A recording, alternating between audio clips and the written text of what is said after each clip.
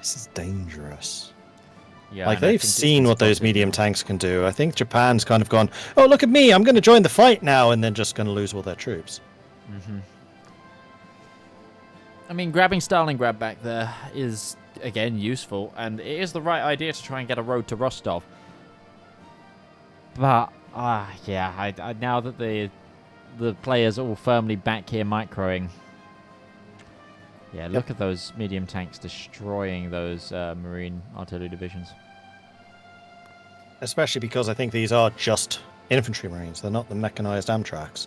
No, they are just infantry marines, and they're not even motorized rocket artillery either. It's towed. Yeah, 4-kilometer movement. Squishy. At this stage of the game. Very squishy. Yep, and they're about to all get cut off, I think. Yep. It's coming. The French are hitting those 3 provinces. Now, here's the question. Is this France or is this Spain? I'm kind of wondering if this is Spain. Welcome to another game of Is this France or is this Spain? Oh, this is actually France. Spain's slightly further north. So France is the one due the credit for this. Both of them are just working so well in tandem, though. They are. Like, it's been a pleasure watching Third International just dismantle everything coming up against them. Like, against the Reichspakt, it was genuinely nail-biting, constant stalemate, back and forth, back and forth, back and forth. Against CoPro, it's been slightly more one-sided. And the Entente... Yeah, that's about all I can really say about the Entente. It's their name. I almost want to go in there, start co-oping, and just without them looking, start landing some invasions myself. Just like, come on, this is what you need to be doing. Give me your navy. You're not using it.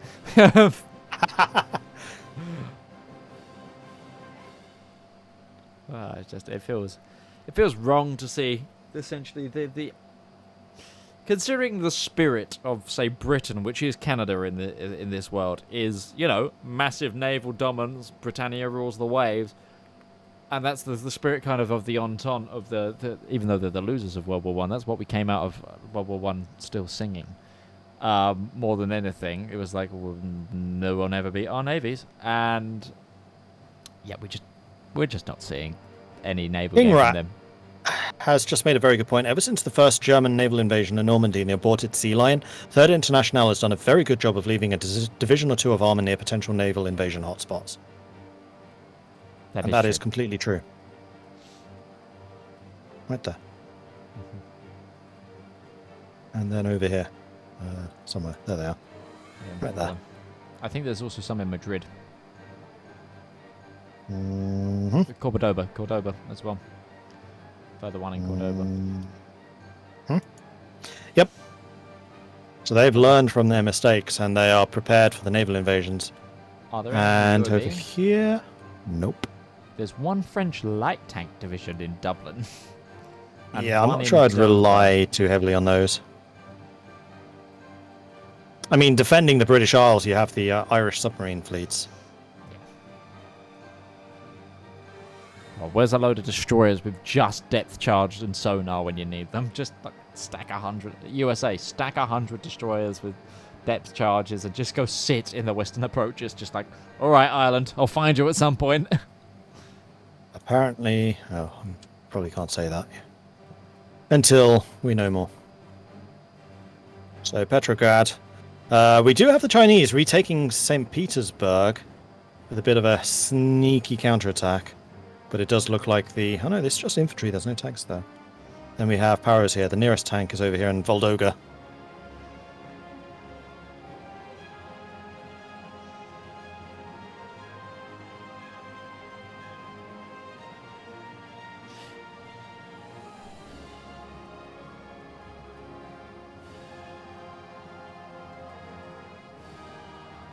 Should we do our next code giveaway? I think we should. That is a very, very good suggestion, yes. So, what shall we say is... Oh, I know what we're going to have the keyword for this one. Medium. I was going to say tanks, but yeah. Or armor. Armor could be one. Oh no, people Spelt misspell correctly. armor. Yeah. Armor is misspelled a lot. But, I mean, I always do the word in chat so then people can just copy and paste it. yeah, that's true. So they have no excuse. Yeah, we're going to do this. Armor spelled correctly. If you would like to win the next gift card for the Kaiser Cat Cinema, and I'm sure that Midge is going to be doing his modeling thing and showing off the merch that you can get, then to be eligible for this, armor is the keyword. I'm going to wave to myself so I know when to post this, and I will post it at that point. So armor is the keyword. Armor, armor, armor. Yeah, we've got to, the Japanese have been surrounded again here, just outside of Stalingrad, and actually the overextension has allowed them to cross the river as well. The Third International have breached the Volga? I'm trying to remember what river it is runs through Stalingrad. You can do a quick Google and tell me. Oh, sorry, I'm watching the stream, so I know when I wave at myself to do the giveaway. Sorry. I'll do it after this. Yeah, the chat will probably tell me by this time. Although, no, it will be buried by all the armor. Yep, probably. So, what we should discuss here. What have been the real successes here of the Third International? I think, like chat just pointed out, having these armor divisions in reserve to deal with any hotspots that come up, they learned from their mistakes and learned very quick. I've just noticed there's a further 6 here in Italy as well. There's another 4 in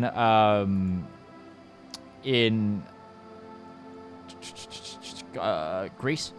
Sorry, my words is thing. So actually, if we look at this commander, there's only about 5 of these divisions that are actually working on the front line. The rest are just being held back. And that is just... that you can see that the team tactically and strategically is working in harmony, that they've got these plans for, okay, if they do show up, we've got something to respond, at least while we maybe pull the other ones from the other front. If it's a massive breakthrough, we can delay, etc. Union of Britain... I can't say much to their air game, because I do think they've been outproduced by the Entente at least. I just watched you wave, I think. I just did. Cool. Things. Irish have done really well as a naval harassment, a naval controller. The micro has been fantastic. All around, it's just been a solid set of play from the entire Third International. I would really like to be able to go through and see how their industrial and focus pathways were set up for this, because it's been a masterstroke of Kaiserreich multiplayer, honestly. Yeah, and I think at this stage we can probably look at the focuses. So if you want to go through the focus trees and see where they've been focusing, because we haven't been able to do that during the game itself. Yeah. I mean... coming in armor... for speed cult, yeah, the tank assembly line. Yeah, this is what's really helping buff the French here. Production cost, but less reliability and softer tank on the armor. That's an okay trade-off. What's the other option? Tank assembly versus quality. So quality is increasing the cost and then having more reliability and softer. I think that's probably a good trade, considering a large part of why Coming to France has been so strong here is just the number of tanks they've had. Yeah, like they can afford to leave tanks in reserve. Those 2 5% are easily countered by the pretty decent hard attack and piercing bonus that they get from the Dion Bouton. And you don't really expect tanks to do soft attack. Soft attack comes from rocket artillery or motorized artillery. Union of Britain has gone from for the industrial reforms here. Such a good industrial pathway. I want to see what they get in terms of their air. Okay, so yeah, the Republican Air Force. Air experience, fighter research, synthetics, control of the skies. This is the one, which is just production down. They don't actually get anything special there. Overly, there's no attack bonuses. Okay, I'm going to roll the giveaway. Here we go. I am Dr. Walrus. Great name. I'm Dr. Walrus. That is a great name. That is a So I am fantastic Dr. Walrus. What you need to do is contact the 12 on Discord. You can either do that to the Kaiserreich Weekly Discord or through mine, using both of our servers.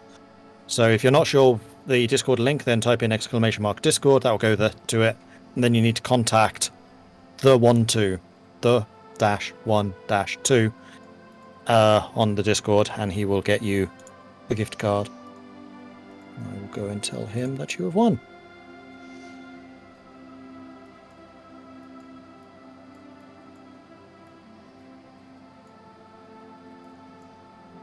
That's the army. Wow. Okay, I can see where the Italians are getting their manpower from. Oh yeah, for sure. Look at this. Division organization, recruitable population factor 2% and planning speed 10%, then down to a further 5% mobilization speed, another 5% recruitable population. Division Holy limit plus mo- 3. Division limit plus 2. More mobilization speed as well. What does division limit mean? I think that's special forces divisions. Ah. Doesn't... No, you would say Special Forces capacity modifier. It's a different thing. Division limit. Oh, does it mean on commanders? Does it mean for Oh, generals? yes. No, they still have 40. Some of those have 72. Yeah, that's garrison. Oh, of course. Unless they've broken it, which is possible. Also possible. But yeah, there's some really... Look at that as well there. There's just, yeah, the 10% Garde Rosse. 10% recruitable population factor. I mean, they're on all adults served now, and they've got 500,000. But let's talk about manpower in the field. 7.4 million... Sorry, 7.5 million manpower used. 6.171 million in the field, with a further 782,000 in training for the Italians there. Jeez. They're just keeping those guys pumping out. So who's producing all of the infantry equipment for them? Is it them? Let's see. Production. They're making a lot of it. 693 guns per day. There from the Italians. 106 victories. So it is just the Italians producing it for themselves. Yeah, look at these heavy tank destroyers as well coming in here from French industry. Scary.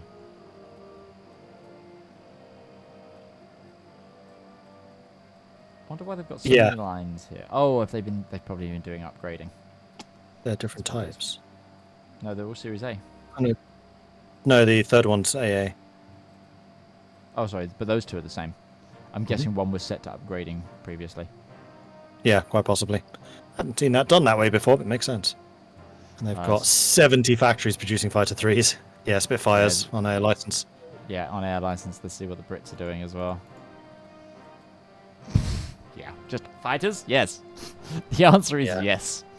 And then also they're only the just out of Irish aluminium for it as well. they must be buying some. Probably from France. France is a massive source. Yeah, absolutely. Trade. Aluminium. Yeah, France. Not even that much. Mainly from Norway, actually. Yeah, they've done so well. Let's actually take a look as well at the naval production here for the Irish. Still making those subs, just subs. Yeah, unsurprisingly, I mean, those submarines have been incredibly effective. And actually, can we take a look at what the submarine template is? Curious. Absolutely. I've just realized that the Iberians as well have been building those medium tanks as well. Makes sense. So is the Italians providing guns for everyone. Yes. I mean, if they're the really, really cheap ones, you can usually just have one country making the guns. Yeah, snorkel ones. I was wondering if they were using snorkel or radar. They're using snorkel. Yeah.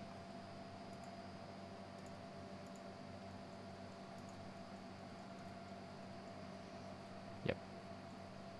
Max allowed unit, according to your industry, usually checks the create division menu.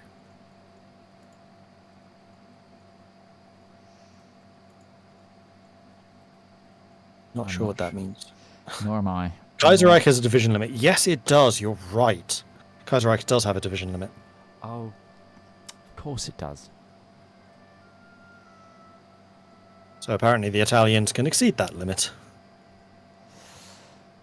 Yeah, Italy. I mean, there's an Entente breakthrough now into Anatolia and heading towards the graveyard of empires. Good luck. Controlled by the French, as always. Yeah. Obviously, the Entente MVP is the French player here. I was. Sorry, Tom. I was really excited by the Entente plays when they nabbed Egypt. I thought that was going to be so key. They put themselves in a really good position and then just never pulled the trigger on anything. Yeah, exactly. I mean, unfortunately, I'm hearing that one of their players is being very, very defeatist and is basically drowning the rest of the team because of it. But I'm not going to go into it more than that because that's basically just soap opera drama. Question from Nico coming in. Are anti-tank guns useful in any way? That is a really good question because at the moment, no. The problem is it's an all or nothing equation. So either you can pierce their armor or you can't. And unfortunately, the infantry AT, effectively infantry AT, don't have the piercing to do it. Tank destroyers can, particularly heavy tank destroyers, but the problem is that the USA gets so many armor buffs that it's not physically possible to pierce them at all, especially not with the regular AT. However, with Barbarossa, I believe it's being changed to a scaling level. So the closer your piercing is to their armor, you will still do some damage. It will be reduced, but you'll still do some damage. So it's going to become a lot more useful when Barbarossa comes out, but at the moment, no AT is kind of rubbish. Yes, and also the tech is being reworked, so you're researching calibers of guns, which will affect your AT guns and your AT tanks. And so your artillery, it's because the tanks are now modular. The modular gun upgrades, I believe, are coming from the same guns that you have as infantry guns, because that's all tank guns were in World War II. They're just infantry support weapons in an armored vehicle. Yep. Like the Firefly. You can see the division limits on the recruitment screen, apparently. On the recruit and deploy link.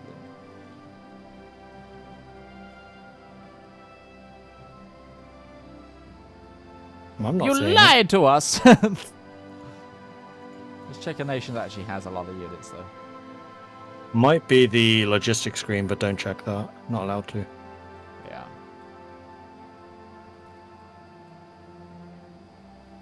Don't know. Division limit has been disabled for all player-controlled countries. There you go. Is this a sneak peek of the new Kaiserreich update? No, this is the Kaiserreich Weekly multiplayer tournament, which is actually using the older Kaiserreich. The one that didn't release last weekend in the middle of this tournament. Oh, really? Yeah. Okay. Fair enough. I will say, though, as you mentioned, this defeatist attitude. Like I said yesterday, and I said it at the end of yesterday, morale is going to play a massive thing in any sort of sports. Esports, from high to low, morale is a massive factor. You start losing games, it affects your team play, unless you can overcome that. These guys are casual players at the end of the day. They're not a professional esports team. They don't have morale training and team boosting. They don't have a designated captain who's good at getting people back in the frame of mind. So morale is a massive factor of these games. So if you are sat as the Entente, you're sat over here in America, you finished the Civil War, it was a little bit tougher than you thought. You look at Europe, you see the Commune of France is dueling out with the Reichspakt, and that's going fine. You start prepping everything. By the time you're ready, the Reichspakt is gone due to the CoPro and the Commune of France. Big setback. That's a hurdle to overcome. Then you're sat here today, ready to fight, and then you see the CoPro start falling rapidly. The Entente are going to be thinking, why even bother? But we ourselves as casters, obviously we are a step back. We're not in the player mindset, so we do have that clearer mind that isn't affected by the morale of the situation. Have gone, hey, there are things that the Entente can do. But morale is a thing that can cloud people's vision, especially in multiplayer games. Like, think, growing up, if you played games such as League of Legends, CSGO, or Call of Duty for that matter, if you grew up as a sort of first-person shooter gamer, there have probably been times that you rage quit because your morale of the game got so low. Or you got so fed up with your RNG in Blood Bowl that you just went, nope, alt-tab. That kind of thing. Also, morale is a massive factor in gaming. We should also factor in imperfect knowledge. Like, we have a lot more information about what's going on. We can see where the weaknesses are. They can't. Which is why Intel is so important, which is why it's a bit disappointing no one's actually investing in Intel, because that's a way of overcoming this. Yes. So one thing I would like to see, actually across the competition, is the use of... I know it's hard to micromanage, but more use of the spy networks. Have a dedicated spy master. Say maybe have a naval controller who is also spy master. Or hell, the air controller could do it. Or the air controller. Yeah, that would be my suggestion. I'd have the air controller be spy master, because, you know, the information is useful for your team. And that doesn't necessarily mean using all of the agent actions. I personally find that they're very underwhelming for their cost, but the value of intel is incredible. And actually, you make an interesting point having the naval advisor or the naval controller doing it, because intel is vital for naval. You need to know where their convoys are, you need to know where their destroyers are, you need to know where their missions are. So actually having the naval controller, so Ireland in this instance for the Third International being spy master just for the intel, is actually a really good idea.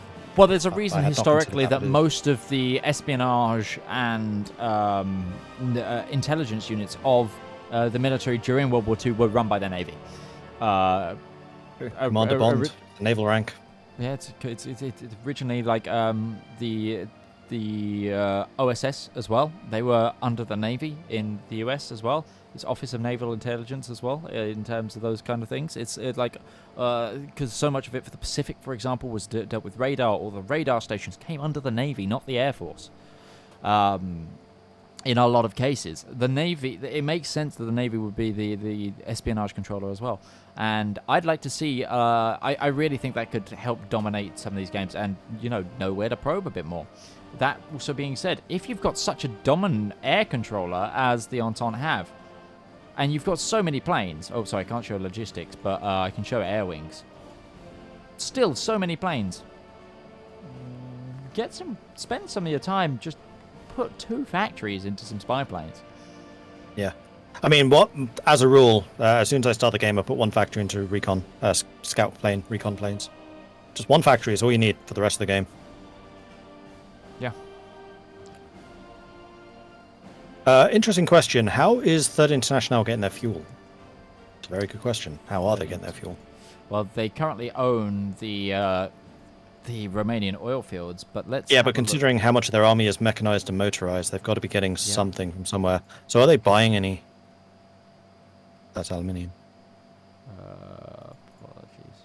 No, they're not. Synthetics. It's got to be synthetics. But they nerfed the synthetic... Oh, yeah, look how many rubber they're getting throughout all of the country. So if we hover over the oil, you can see...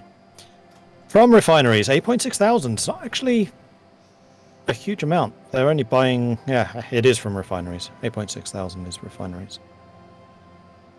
Because it's only their army that's using it. So actually the most fuel intensive is probably Britain. Yeah, they're getting 19,000, 9.5 from fuel, 9.5 also from refineries. So both of them are using very intensive refinery construction. Yeah, and I think Union of Britain actually gets some stuff in their focus to get more of that. They used to get some really horrible artificial synthetic refinery stuff, but I think that Union of Britain now also gets just regular oil discoveries. Yeah, as historically they did. I think North Sea oil as well is a massive thing because... Well, not in this era. This is actually a huge discussion I had with the Kaiserreich team. I think they should have. So Sorry, chat, I know you're probably tired of this, but I'm going to keep on harping on about this. During the First World War, the Defense of the Realm Act nationalized all of the oil fields. Part of the act was that they would then be reprivatized after the First World War. So during the Second World War, Britain was not able to nationalize the oil industry and basically create their own oil platform. Yeah. The Defense of the Realm Act would have been revoked by a syndicalist government. It is private enterprise. They would not have gone with this. No. So they would then have nationalized the oil industry and they would have started oil exploration in the Midlands again. The other factor is America. The oil industry in Britain basically died because of the oil revolution in America, and all of the investment that went into oil exploration was Texan oil exploration, that is, deep drilling ground oil. If they were a syndicalist government, they wouldn't have given a rat's ass about what America was doing. They would have done all of their oil investment into North Sea exploration, which would have, I'm pretty sure, made oil rigs viable earlier for the British. Absolutely, yeah. And you've got to also remember, as America in the Kaiserreich world isn't as because they're a lot more isolationist. There wouldn't be a lot of international trade, even if they weren't syndicalist as a UOB. So there'd be a lot more of an investment there. I kind of agree with you. The Russian tanks have been encircled yet again. It's a tale as old as time. Oh dear. It's. Is it Russia controlling them? I think it is actually this time. Oh, check. Okay, Russia. And we can say, yep, that's a Russian tank. Oh, it's been brutal. It's been brutal. I mean, I gotta give it to the CoPro for not giving up. Yeah, I've got to say, like, if anyone I could understand having low morale or sapped morale right now would be Third International, because, CoPro, because they've been up against it constantly. The Entente, no. Sorry. Yeah. That's just me. Urgh. I'm grumpy and grouchy. Yeah. But they are starting to make some moves. Again, this is France making the moves into Turkey, and they are continuing the fight going on. We do have some actual American tanks fighting in Turkey as well, so they're starting to make some gains here. And the India player is struggling. I think that they're going to have a better defense in Iran, though. Iran is a pain to fight through. Like, Turkey is bad, Iran's even worse. Because against Iran, you can't really do the naval invasions in the same way you can against Turkey. There's a reason historically that whole area, Persia, is the worst place to invade it ever for any conquering force. So yeah, they could probably get a decent defense held up there. It's just a shame of how many Indian troops, by the looks of it, have been caught behind the lines here, as the Entente have closed the gap between themselves and the Commune of France towards the Caucasus. Someone was pointing out that France was exporting a bunch of oil. How do you see that? Oh, was that in here? Oh yeah, exporting 146 to Britain. So that's the 99 that Britain's buying. Yeah, okay. Sorry, carry on. Yep. No, yeah, that's. Mouse is wonky because can you? Yeah. Thank you. All yours. Yeah, Japan now pulling back to a second defensive line. Well, these are Japanese-controlled Chinese troops. The Japanese puppet master ever trying to, to take control and survive the situation. China's still flooding troops in. I mean, it's what they've got to do. They've got to start flooding these troops in. I'm glad to see it as well. It's very nice that, again, this setup, like this defensive line has started to be set up here.